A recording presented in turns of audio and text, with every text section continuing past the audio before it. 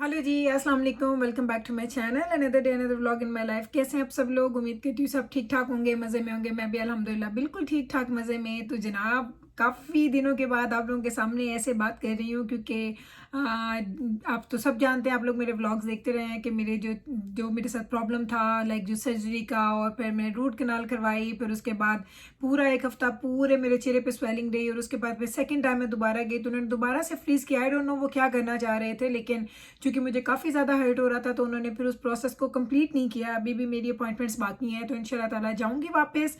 लेकिन अब next appointment है जी मेरी दिसंबर में, तो अब दिसंबर में जाऊंगी तो फिर आपको दिखाऊंगी कि फिर एक दफ़ा चेहरा सूझ गया, क्योंकि इधर काफ़ी ज़्यादा स्वेलिंग हुई थी। आई डोंट नो आपको भी इतना फ़र्क फील हो रहा है कि नहीं हो रहा, लेकिन इस साइड पे काफ़ी ज़्यादा थी। अभी बहुत थोड़ी है, लेकिन जब मैं बहुत ज़ोर से यहाँ पे टच करती हूँ तो मुझे फील होता है कि अभी भी स्टिल अंदर दर्द है। तो काफ़ी दिनों से लोग भी कह रहे थे कि आप सामने नहीं आ रही, आप सारी वीडियो ऐसे बना रही हैं, तो हमें अच्छा लगता है जब आप सामने आती है। तो जी फाइनली मैं आ गई यहाँ पे आपके सामने। तो आज मैंने आप लोगों से तकरीबन 2-3 दिन पहले मैंने आपसे सवाल किया था कि मैं अपना फर्स्ट Q&A करने वाली हूँ कि जो भी क्वेश्चंस आपके पास हैं मेरी इमिग्रेशन के मुतालिक, यहाँ की लाइफ के मुतालिक, या कोई भी ऐसे क्वेश्चन जो आप मुझसे करना चाहते हैं, तो वो आप मुझे बताएं, तो मैं इंशाल्लाह ताला आपको ज़रूर जवाब दूंगी। तो मैंने आप लोगों को ये अपना जी छोड़ा था इंस्टाग्राम, और आप लोगों ने काफ़ी लोगों ने मुझे रिप्लाई किया, उनके काफ़ी क्वेश्चंस आंसर्स हैं, तो जो कि मैंने अपने फ़ोन को अपने पास रख लिया है ताकि अपने फ़ोन से मैं देखती जाऊँ और आप लोगों के साथ आपके क्वेश्चंस का वन बाय वन आंसर दे दूँ। मैं सिर्फ उन्हीं क्वेश्चंस का आंसर करूँगी जिनका मुझे कुछ श्योर हो या मुझे जिनका अंदाज़ा हो। अगर कुछ ऐसे क्वेश्चंस हैं जिनका मुझे अंदाज़ा नहीं है तो मैं ऐसे ही आप लोगों को कोई गलत इन्फॉर्मेशन नहीं देना चाहती, लेकिन कोशिश करूँगी कि जितने ज़्यादा क्वेश्चंस मैं कवर कर सकती हूँ कर लूँ। और आई डोंट नो ये वीडियो कितनी लंबी हो जाएगी, लेकिन हम लोग स्टार्ट करते हैं, कोई इसमें डिले नहीं करते, तो आप मेरे साथ रहिए। तो अभी मैं फर्स्ट क्वेश्चन को रीड करती हूँ, फिर हम वन बाय वन आगे जाएंगे। जी, तो सबसे पहला क्वेश्चन मुझे से किसी ने पूछा था कि वो कनाडा आना चाहते हैं लेकिन उनकी एजुकेशन कम है, तो वो किस तरीके से आ सकते हैं। तो जी हम लोग तो आए थे, जनाब मेरे हस्बैंड थे आर्किटेक्ट, तो हम तो इसी बेस पे आए थे, एजुकेशन के बेस पे। और उन्होंने मुझसे ये पूछा था कि अगर आप लोग कनाडा आना चाहते हैं तो कोई ऐसी सिचुएशन नहीं है कि उनको कोई यहाँ से जॉब ऑफर मिल जाए जिसकी वजह से वो यहाँ से वहाँ पे ट्रैवल कर सकें। लेकिन एज पर आई नो कि मुझे ये पता है कि अगर आप लोगों के पास वर्क परमिट होता है तो वो यहाँ पे लोग सेल करते हैं, और वो इतना एक्सपेंसिव सेल करते हैं। और ये कहानी भी मैं आपको बता रही हूँ आज से 8-10 साल पहले की, कि यहाँ पे कुछ लोग ऐसे आए कि जिन्होंने 30-40 लाख में, उस वक्त आज से 10-15 साल पहले की मैं बात कर रही हूँ, 1 साल का वर्क परमिट खरीदा। वो लोग इधर आए, लेकिन 1 साल के बाद क्या हुआ कि उनका जो वर्क परमिट एक्सपायर हो गया, उनको वापस जाना पड़ा। और अभी कनाडा की जो गवर्नमेंट है, अगर आप किसी को अपना वर्क परमिट सेंड करते हैं, कि आप फॉर एग्जांपल अगर मैं कोई बिजनेस ओन करती हूँ तो मैं आपको भेजूँ अपना वर्क परमिट, तो मुझे गवर्नमेंट पूछेगी कि आपको यहाँ पे क्या लोग वर्कर्स नहीं मिलते हैं जो आप वहाँ से लोगों को बुलाना चाह रही हैं। तो ये बहुत चीज़ें डिपेंड करती हैं, लाइक ये बहुत मुश्किल रास्ता है यहाँ का। जो कनाडा आने के लिए जो सबसे आसान रास्ता था, जो आसान है भी और नहीं भी, वो यही था कि अगर आपकी एजुकेशन अच्छी है, आप अपनी एजुकेशन के बेस पे करते हैं अपना अप्लाई, एंड देन अगर आपकी लक होती है और अगर आप में वो स्पार्क उनको नज़र आता है, आप इंटरव्यू क्लियर कर जाते हैं, उनके सारे मराहिल आप अगर क्लियर करते हैं, तो फिर आपकी इमिग्रेशन होती है। वरना तो काफ़ी लोगों को इंटरव्यू के वक्त में भी वो लोग रिजेक्ट कर देते थे। तो जो ये आपकी थी ऑप्शन कि कोई वर्क परमिट मिल जाए, तो वो आई डोंट थिंक सो कि अभी ख़ास तौर पे कोविड की सिचुएशन में तो मुझे नहीं लगता है। लेकिन आप लोग पता करते रहें, क्योंकि वहाँ पे मैंने सुना है कुछ लोग ऐसे होते हैं जो इस तरह के वर्क परमिट्स को वो करते हैं, आपको लेके देते हैं, पैसे लेते हैं, उसमें काफ़ी ज़्यादा फ्रॉड्स भी होते हैं। तो हम लोग उन लोगों को तो मैं बिल्कुल भी रिकमेंड नहीं करती हूँ जो एजेंट्स होते हैं। मैं आपके लिए दुआ करूँगी कि आपके लिए कोई रास्ता निकल आए और आप यहाँ पे आ जाएं। अगर आपकी इतनी ख्वाहिश है तो खुदा आपकी ख्वाहिश ज़रूर पूरी करें। जी, तो नेक्स्ट क्वेश्चन जो मेरे पास आया है, वो किसी ने मुझसे पूछा था कि आपके पास अल्बर्टा में, चूँकि मैं अल्बर्टा में रहती हूँ तो मैं यहाँ का ही आपको बता सकती हूँ कि अल्बर्टा में घरों के रेंट्स क्या हैं और अपार्टमेंट का या इस चीज़ का क्या फ़र्क है, कितनी प्राइसेस में फ़र्क है, कौन सा एक्सपेंसिव है और कौन सा लेक्स एक्सपेंसिव है। तो मैंने उनको आंसर किया था क्वेश्चन में भी, वहाँ पे उनको रिप्लाई भी किया था। लेकिन मैं आपको फिर बता दूं कि देखिए, मैं जब यहाँ हम लोग ओंटारियो से इधर मूव हुए थे तो हमने आते ही ये घर नहीं लिया था। तो जब हमने ये घर नहीं लिया था तो हमें रेंट करना पड़ा था। तो रेंट करने के लिए हमने लिया था ऑलमोस्ट 3 बेडरूम थे और 2 वॉशरूम थे, एक टीवी लाउंज था, एक अच्छा साइज का किचन था और डाइनिंग रूम था। तो हम उसका $2100 पे करते थे। तो ये $2100 प्लस आपकी यूटिलिटीज़, और अगर आप इन सब चीज़ों को मिला लें तो आपका तकरीबन $2500 तक का एक महीने का खर्च बन जाता था अगर आप एक घर लेते हैं तो। लेकिन ये स्टार्ट होता है $1800 से। लाइक $1800 से आप लोगों को एक अच्छा मुनासिब साइज़ का घर मिल सकता है रेंट के लिए। और उसके अलावा अगर आप जाना चाहते हैं अपार्टमेंट्स पे, तो मैंने 2 बेडरूम के अपार्टमेंट में, जो कि मेरी फ्रेंड रहती है तो मुझे उसका पक्का पता है कि उसका रेंट क्या है, तो वो जी $1400 तक का रेंट है। और अगर आप लेना चाहते हैं 1 बेडरूम तो वो 14 से कम होगा, लाइक मे बी 1000-1200 यहाँ पे होगा। लेकिन 2 बेडरूम का जो अपार्टमेंट है, क्योंकि यहाँ पे अपार्टमेंट बहुत बड़े नहीं होते, अगर आप 1 बेडरूम लेते हैं तो बहुत छोटा, लाइक एक स्मॉल साइज का बेडरूम होगा और उसके आगे स्मॉल साइज का लाउंज होगा, एक छोटा सा किचन होगा एंड दैट्स इट। उसके अलावा और एक आध बाथरूम होता है, उसमें ज़्यादा नहीं होता है। तो 2 बेडरूम का थोड़ा सा मुनासिब साइज मिल जाता है आपको 2 बेडरूम्स मिलते हैं, लाउंज थोड़ा बड़ा हो जाता है, किचन थोड़ा बड़ा हो जाता है। लाइक इस तरीके से जैसे आपके बेडरूम्स बढ़ते हैं उस अपार्टमेंट का साइज भी बढ़ता जाता है। तो ये स्टार्टिंग आप कह लें कि 1 बेडरूम की होती होगी $1200 से लेके 2 बेडरूम का तो आई नो कि इट्स $1400 जी। फिर जी थर्ड क्वेश्चन मैं ले रही हूँ, एक और मेरी फ्रेंड ने पूछा है। वो मुझसे पूछ रही थी कि अगर हम लोगों को कनाडा आना हो तो हम लोगों को BC, ओंटारियो एंड अल्बर्टा में से कौन सी जगह को पिक करना चाहिए। तो जनाब, मैं आपको अपनी कहानी बताऊं तो मैं जब मूव हुई थी, हम लोग पाकिस्तान से आए थे, तो मैंने आपको पहले बताया कि हम लोग मूव हुए थे। हम लोगों ने लैंड किया था ओंटारियो में, लेकिन ओंटारियो में यूनिवर्सिटी से मेरे हस्बैंड ने डिग्री ली, वहाँ पे हम लोगों के बच्चे पैदा हुए। लाइक वहाँ पे हमने काफ़ी टाइम गुजारा, लेकिन वहाँ पे हमारे पास इतने रिसोर्सेज नहीं थे कि हमें ये नहीं पता था कि अगर घर लेना है या अगर अच्छी गाड़ी लेनी है तो वो किस तरीके से आप ले सकते हैं। हमारी ज़िंदगी की जो सारी अच्छी शुरुआत थी वो शुरुआत हुई है हमारी एडमिंटन में, लाइक अल्बर्टा में। तो अल्बर्टा मेरे लिए तो बहुत अच्छा है। लाइक वो कहते हैं कि जहाँ पे आप खुश होते हैं वहीं पे वही जगह आपको सबसे अच्छी लगती है।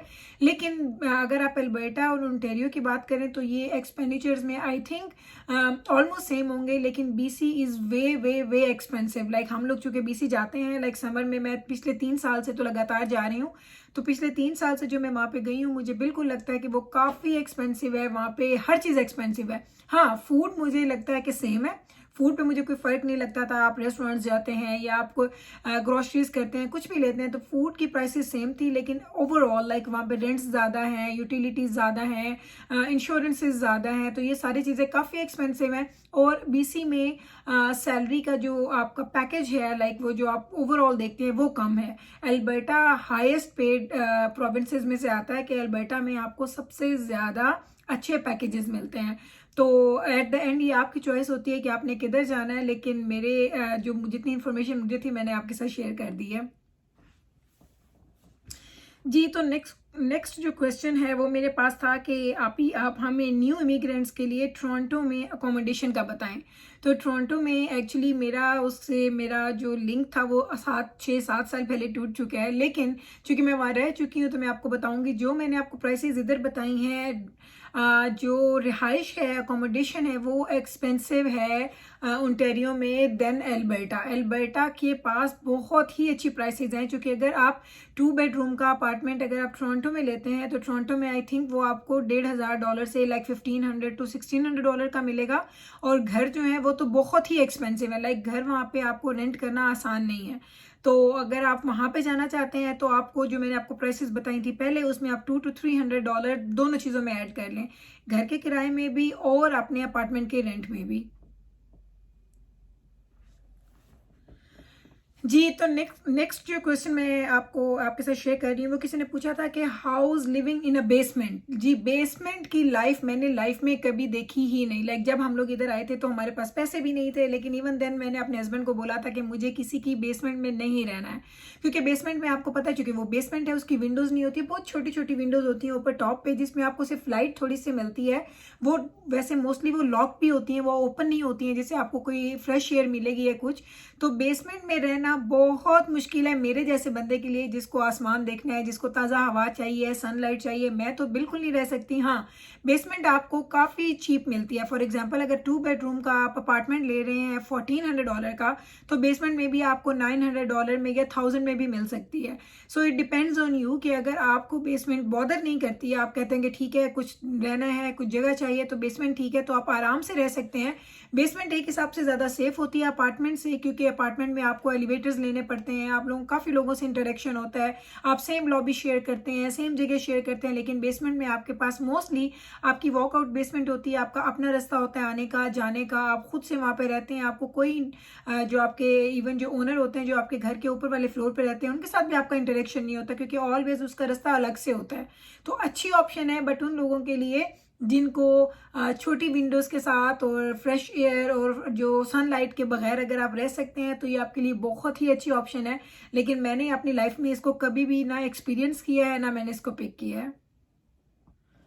जी, तो एक और क्वेश्चन जो मैं आपके साथ शेयर करने जा रही हूँ, वो कहते हैं कि आप हमें बताएं कि विंटर बूट्स एंड जैकेट्स कौन सी रिकमेंड करते हैं आपके आपके अंडर बजट आए। देखें, मैं हमेशा कहती हूँ कि कनाडा एक ऐसा कंट्री है जहाँ पे आपके पास हर तरह के लोगों के लिए चीज़ें हैं।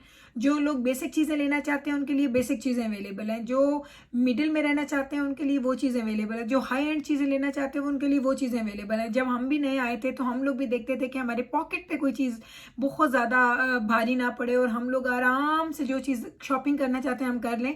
तो यहाँ पे कोई स्टोर्स हैं जिसमें से आप कह सकते हैं वॉलमार्ट है, उसके अलावा यहाँ पे और कौन से स्टोर लाइक ओल्ड नेवी है, इस तरह के कुछ स्टोर्स ऐसे हैं जहाँ पे आपको चीप चीज़ें तो बिल्कुल नहीं मिलती हैं, सस्ती चीज़ें नहीं है, लेकिन उसका कंपैरिजन अगर आप ब्रांड्स के साथ करते हैं तो आपको काफ़ी ज़्यादा कम पैसों में वो चीज़ें मिलती हैं और उनका क्वालिटी भी ठीक होती है। स्पेशली कॉस्को, अगर आप यहाँ पे आएँ, कॉस्को की मेंबरशिप ले लें, तो कॉस्को पे आपको अक्सर मुनासिब कीमत में अच्छी चीज़ें मिल जाती हैं। तो एज अ न्यू इमिग्रेंट्स मैं आपको बिल्कुल बोलूँगी कि आपको एक एक डॉलर, एक एक रुपया खर्च करते हुए सोच के खर्च करना चाहिए कि हम कहाँ खर्च करें। हाँ, जब अल्लाह ताला आप कहते हैं आपके लिए चीज़ें रास्ते आसान कर दें, आपके पास अच्छी जॉब है, अच्छी सैलरी है, तब आप सारे शौक पूरे करें। लेकिन स्टार्ट में आपको अपना ख्याल करना चाहिए कि एज अ फैमिली आप पे खुदा ना खास्ता कोई मुश्किल वक्त आए तो आप कोई लोन्स के नीचे ना हो, आपके क्रेडिट कार्ड्स पे कोई पैसे ना हो। तो इस चीज़ का खास ख्याल रखें। आते ही अपनी लाइफ को पाकिस्तान की लाइफ के साथ कंपेयर मत करें। इसमें बहुत ज़्यादा सब्र चाहिए, बहुत ज़्यादा कन्विक्शन चाहिए कि आप अपने आप को ये बताते रहें कि नहीं, हमारे दिन इंशाल्लाह ताला बदल जाएंगे, खुदा हमें अच्छे से अच्छे दिन दिखाएगा। क्योंकि जब हम पाकिस्तान से आते हैं तो पाकिस्तान में हमारी अच्छी लाइफ होती है, हमारे हस्बैंड अच्छी जॉब्स कर रहे होते हैं, तो लाइक इधर आके आपको बहुत फ़र्क फील होगा। लेकिन अगर अल्लाह ताला ने चाहा, अगर आप लोग हार्ड वर्क करते रहे और अल्लाह ताला की तरफ से आपके ये चीज़ें आसान होनी है, तो आपके लिए बहुत ही आसानियाँ पैदा होंगी। फिर आपकी लाइफ में जो आप चाहेंगे वो आप कर लेंगे। जी, ये क्वेश्चन मुझे बहुत ही अच्छा लगा। लाइक आई डोंट, जब मैं पाकिस्तान में थी तो मेरे ज़हन में ये कभी क्वेश्चन नहीं आता था कि हेल्थ कवरेज कैसी होगी, डेंटल कवरेज कैसी होगी। तो जब मेरी ये एक सब्सक्राइबर हैं, मेरी फैमिली का पार्ट है, उन्होंने जब मुझसे पूछा कि आप ही यहाँ पे आप जब कनाडा में आते हैं तो आपकी जो ये डेंटल कवरेज है वो क्या होती है। ये dental coverage is the biggest thing. क्योंकि देखें, जब हम एज अ न्यू इमिग्रेंट आते हैं, लाइक जब हम आए थे उस आफ्टर 3 मंथ्स आपकी जो कवरेज, जो आपकी मेडिकल कवरेज स्टार्ट हो जाती है। फॉर एग्जांपल आप बीमार हो जाते हैं, खुदा ना खास्ता आपके बच्चों को कोई हेल्थ प्रॉब्लम होता है, तो आप हॉस्पिटल्स में जाते हैं, आपको हेल्थ कार्ड मिल जाते हैं, तो आपको पे नहीं करना पड़ता, वो कवर्ड होता है। लाइक आपका जो सारा ट्रीटमेंट है। हाँ, मेडिकेशन में फ़र्क पड़ता है, medication is depends on your income. Medication की कवरेज आपकी इनकम की तरफ से होती है। जिससे आप अल्हम्दुलिल्लाह, हमें, मेरे हस्बैंड को और मुझे, हमें 100% कवरेज है, तो हमें $1 भी अपने पास से नहीं देना पड़ता। तो कुछ जो कंपनीज हैं वो आपको 70% कवरेज देती हैं, कुछ 50% देती हैं। फॉर एग्जांपल अगर आपने एक मेडिसिन बनवाई है तो वो आपको बन रही है आपके $30 में। कुछ कंपनीज आपको उसका 50% देंगी, लाइक 15 वो देंगे तो 15 आपको पे करना पड़ेगा। कुछ कंपनीज, जैसे मेरे हस्बैंड के, चूँकि मेरे हस्बैंड नेट में काम करते हैं, तो नेट हमें 100% देता है। लाइक हम जाते हैं, हम अपनी रिक्विजिशन देते हैं, तो हम उसका कुछ भी पे नहीं करते, हमें हमारी मेडिसिन मिलती हैं, हम लेके आ जाते हैं। तो ये चीज़ है। और दूसरा सबसे जो बड़ा चीज़ जो इन्होंने क्वेश्चन किया था, मुझे वाकई अच्छा लगा कि लोग ये चीज़ें सोचते हैं बिफोर लैंड करने के, उनको ये क्वेश्चंस उनके जहन में आते हैं। Dental coverage is the worst coverage. मैं आपको बताऊं कनाडा में मैं आपको अपना इसका वाक़या बताती हूँ। लाइक जब मैं कनाडा आई तो मेरे हस्बैंड स्टूडेंट थे, मैंने आपको पहले बता दिया, आते ही वो उन्होंने ले लिया एडमिशन। और जब वो स्टूडेंट थे तो मुझे और मेरे बच्चों को कोई डेंटल कवरेज बिल्कुल भी नहीं थी, ज़ीरो थी। तो मुझे जी हो गया दाढ़ का दर्द, मेरे दांतों का, जिस तरह से आपको पता है पिछले कुछ दिनों से भी आपको, मेरे दांत हमेशा से मुझे प्रॉब्लम देते हैं, ये मेरे जीन्स में भी हैं। और आई डोंट नो क्या प्रॉब्लम है। मैं मीठा भी खाती हूँ, लाइक चॉकलेट्स और ये चीज़ें, कोल्ड ड्रिंक्स मैं पीती हूँ, ये भी एक बहुत बड़ी रीज़न हो सकती है। तो हम, मेरे पास कवरेज नहीं थी उस वक्त। तो मैं गई तो मुझे डॉक्टर ने बोला कि जो आपका विजडम टूथ है ये आपका उसमें वो तो ख़राब हो गया, तो वो आपको निकलवाना पड़ेगा। तो उसको निकलवाने की फ़ीस उसने उस वक्त मुझसे ली थी $400। तो $400 मैंने पे किए फ्रॉम आवर पॉकेट। जब हमारी सैलरी ज़ीरो थी, हम सिर्फ स्टूडेंट लोन पे थे, हमारे पास कुछ नहीं था, तो मैंने 400 पे किया। मैं घर आई तो आई डोंट नो कि मैंने अपने नवीद को बोला कि इसने मेरे दूसरे वाले दांत को छेड़ दिया है, तो ये जानबूझ के इसने किया कि अब उसको दर्द हो। मैं घर आई, एक सर्जरी करवा के आई, दूसरी सर्जरी के लिए मैं तैयार, लाइक दूसरे दिन मुझे दूसरी साइड पे सेम दांत में दर्द शुरू हो गया। मैं दोबारा गई तो उसने ये बोला कि आपको इतना, आप जल्दी आए हैं कि सिर्फ एक दिन के गैप से आए हैं, तो मैं इतना करता हूँ कि मैं आपसे $300 लूंगा। तो $700 फ्रॉम माई पॉकेट हम लोगों ने पे किया। और 700 कहना आसान है, उस वक्त हमारे लिए वो हमारी पूरी दुनिया थी, हमारी पूरी जमा पूंजी आप कह लें वो थी। लेकिन हमने दिया। फिर उसके बाद मेडिकेशन की कवरेज तो मुझे यूनिवर्सिटी की तरफ से थी, लेकिन वो भी आई थिंक 70 और 80% देते थे, 20% हमें खुद पे करना पड़ता था। लेकिन जो हमारा डेंटल था वो ज़ीरो था। और अब अल्हम्दुलिल्लाह हमारा डेंटल माशाल्लाह कवर्ड है। मैं सारे ट्रीटमेंट करवाती हूँ, सब कुछ करवाती हूँ, तो अब मुझे कुछ भी नहीं देना पड़ता। तो शुरू के आपके जो दिन होंगे उसमें आपको ये खुद से करना पड़ेगा, हाँ, लेकिन बाद में वो आपकी स्टोरी डिफरेंट हो जाएगी। जी, तो नेक्स्ट मुझसे किसी ने पूछा था कि क्या आप लोग अपने घर में रहते हैं, लाइक आपका आप ओन करते हैं या आप रेंट कर रहे हैं? तो जी नहीं जी, अल्हम्दुलिल्लाह ये हमारा अपना घर है। और इस घर को लिए मुझे 6 साल हो चुके हैं। हम लोगों ने एक टर्म पूरी कर ली थी, क्योंकि मॉर्टगेज की टर्म्स होती हैं, आप 3 इयर्स 5 इयर्स की टर्म करवाते हैं। तो हम लोगों की ये सेकंड टर्म है अल्हम्दुलिल्लाह, और ये हमारा अपना घर है। हाँ, जैसे हमें जॉब मिली थी तो हमने फ़ौरन से ये घर ख़रीद लिया था, लाइक विद इन 8-9 मंथ्स हम लोगों ने ये घर बाय कर लिया था। और फिर फर्नीचर लेना और ये सब मैं आपको इंशाअल्लाह भी बताती हूँ, क्योंकि इन क्वेश्चंस को मैं कवर करने के बाद आपको अपनी पुरानी स्टोरी जो मैंने इमिग्रेशन की आपके साथ शेयर की थी, उसके कुछ पॉइंट्स मुझसे मिस हुए थे जो मैं आपको बताने वाली हूँ एट द एंड। तो आपने कहीं जाना नहीं है, आपने पूरी वीडियो एंड तक देखनी है, जस्ट 2 मिनट्स। जी, तो नेक्स्ट क्वेश्चन मुझसे किसी ने पूछा था कि आप भी जब आप लोग आए थे तो उस वक्त आप लोगों ने अपने घर को चलाने के लिए आपने क्या क्या किया था, लाइक किस तरीके से आप एक्सपेंडिचर्स कहाँ से पूरा करते थे? तो जनाब ये क्वेश्चन मैंने लास्ट टाइम मिस कर दिया था। जब मैंने अपनी वीडियो खुद देखी तो मैंने कहा नहीं, ये तो मैंने इतना अहम जो मेरा पॉइंट था वो मैंने कैसे छोड़ दिया। तो जी वो पॉइंट था जनाब, जब मेरे हस्बैंड आए थे तो मैंने आपको बताया था सर्वाइवल जॉब की उन्होंने कुछ महीने, लेकिन फिर जब उन्होंने बोला कि अब मुझे नहीं करनी है तो हम लोगों ने यूनिवर्सिटी को पिक किया। अब हस्बैंड चले गए यूनिवर्सिटी में। अब यूनिवर्सिटी में गए तो अब आपके पास पैसे नहीं है फ़ी देने के लिए, तो यहाँ पे आपको गवर्नमेंट लोन देती है। और ये जो लोन देती है वो लोन आपको इतना देती है, आपको फैमिली मेंबर्स के हिसाब से मिलता है। लाइक हम उस वक्त, जिस तरह हम लोगों ने स्टार्ट किया था उस वक्त सिर्फ दुजाना एंड बैबरस थे, तो हमें 4 लोगों के हिसाब से वो लोन मिलता था। तो वो इतना लोन आपको देते थे कि आपका घर आराम से चल जाता था, लेकिन उसमें कोई लग्जरीज नहीं होती थी। मैंने आपको बताया था कि हमने कितने साल, हम गाड़ी भी अफोर्ड नहीं करते थे, हमने गाड़ी के बगैर हमने वो टाइम गुजारा। लेकिन 4 साल जब हम लोगों ने 5 साल लोन लिया था, क्योंकि 4 साल की डिग्री थी, तो वो मैंने आपको बताया था कि वो 5 साल लग गए, तो 5 साढ़े 5 साल हम लोगों को लोन मिलता रहा। अब क्या हुआ कि जब हम लोगों को जॉब मिल गई, हम लोग इधर आ गए। अब मेरे हस्बैंड की माशाल्लाह बहुत अच्छी इनकम थी। यहाँ पे इतनी अच्छी इनकम लोगों को नहीं मिलती है नॉर्मली, चूँकि एक बहुत बड़ा इदारा है जहाँ मेरे हस्बैंड पढ़ाते हैं, तो उस वजह से हमारी इनकम बहुत अच्छी थी। तो अब हमने पहला काम तो क्या किया कि हमने 8-9 महीने में इतनी सेविंग कर ली कि हमने घर का एडवांस रख लिया और हम लोगों ने घर बाय कर लिया। जब हमने घर बाय किया तो मैंने आपको लास्ट टाइम ये भी नहीं बताया था कि हमने फर्स्ट कार कब ली थी। तो फर्स्ट कार हमने ली थी, हम आए थे 2006 में, और हमने फर्स्ट कार बाय की थी 2010 के एंड में, अगस्त में हम लोगों ने बाय की थी। तो वो हमने ली थी टोयोटा की थी, हमने ली थी सयाना वैन ली थी, और वो 1 की 2 साल पुरानी हमने ली थी। लाइक वो हमने ब्रांड न्यू नहीं ली थी, वो 1 या 2 साल पुरानी थी जो हमने वो खरीदी थी, लेकिन वो उस वक्त के हिसाब से भी काफ़ी एक्सपेंसिव थी। तो जो हम थोड़ी थोड़ी सेविंग करते थे, तो वो हमने सारी की सारी सेविंग उठा के हमने वो गाड़ी खरीद ली थी। तो वो फिर 2010 से लेके 2014 2015 जब हम इधर आए तब तक हम वहाँ पे हमारे पास गाड़ी थी। तो जब हम फाइनली इधर आ गए तो हम लोगों के पास माशाल्लाह अच्छी खासी से, हालांकि हम तकरीबन $2500 हमारा घर कर रहे हैं। अब वो उसमें हम लोग ग्रॉसरी भी करते थे, लेकिन उस वक्त हम लोग बच्चे छोटे थे, खर्चे कम होते हैं। जब बच्चे कम होते हैं, छोटे होते हैं, तो उनके अखराजात डिफरेंट होते हैं। तो उस वक्त हम लोग किचन भी चलाते थे, हम लोग वो घर भी लेते थे। हाँ, लेकिन हम प्रॉपर्टी टैक्स नहीं हमें देना पड़ता था, क्योंकि हम उस प्रॉपर्टी को ओन नहीं करते थे। वो प्रॉपर्टी टैक्स हमारा जो था ओनर था वो देता था। तो ये सब पे करने के बाद भी हमारे पास अच्छी खासी सेविंग हो जाती थी। तो जब हमारे पास सेविंग हुई तो हमने 1 साल की लीज़ की थी अपने घर की, लेकिन 1 साल की लीज़ ही हम लोगों ने ब्रेक कर दी थी 9 मंथ में, जिसका हमें 1 मंथ का रेंट उनको एज अ पेनल्टी देना पड़ा था। कि 1 मंथ का जो रेंट उन्होंने कहा था कि अगर आप लीज़ ब्रेक करेंगे तो आपको 1 महीने का किराया देना पड़ेगा। तो वो हमने $2200 के करीब उनको दिया था। तो हम लोगों ने घर का ले लिया, हमने एडवांस दिया और हमने घर खरीद लिया। तो ये इंशाल्लाह ताला अगर आप कभी पूछना चाहेंगे कि घर कैसे ख़रीदना चाहिए, ये मैं इंशाल्लाह ताला आपके साथ कभी फिर से आपको बताऊंगी, शेयर करूंगी, क्योंकि ये बहुत लंबी कहानी है, लंबी स्टोरी है।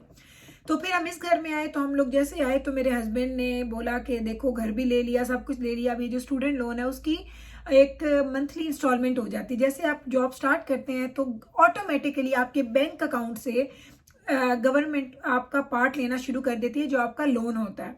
तो मेरे हस्बैंड जो कि माशाल्लाह हायर ब्रैकेट में आते थे सैलरी के, तो हमारे पास बिगेस्ट जितना उनका हाईएस्ट होता था इंस्टॉलमेंट वो हम देते थे। अब हमने वो इंस्टॉलमेंट तकरीबन हमने पे की 2 to 3 ईयर्स हम लोगों ने वो पे की। तो हमारे पे 2 to 3 ईयर्स पे करने के बाद जो उस पर आपको इंटरेस्ट होता है और जो आपका जो एक्चुअल जो आपने लोन लिया होता है वो हमारा तकरीबन $46,000, 46 ही था यार, $46,000 हमारे पे स्टिल था जो हमने पे ऑफ करना था। तो एक दिन नवीद अपनी जॉब पे बैठे थे, नवीद ने मुझे अपनी जॉब से कॉल की। तो मुझे नवीद बोलता है कि गुल मेरा दिल कर रहा है कि मैं स्टूडेंट लोन पे ऑफ कर दूं, क्योंकि मेरे पास कोई सेविंग है तो मैं उसको पे कर देता हूँ। तो मैंने कहा सोच नहीं, क्योंकि इतना बड़ा अमाउंट है, लाइक हमने इतने सालों में इसको फिर जोड़ा है तो फिर दे देंगे। कहते हैं हाँ मैं मुझे ये ना लोन अच्छे नहीं लगते हैं, ये इंटरेस्ट देना ये सब करना मुझे बड़ा मुश्किल लग रहा है।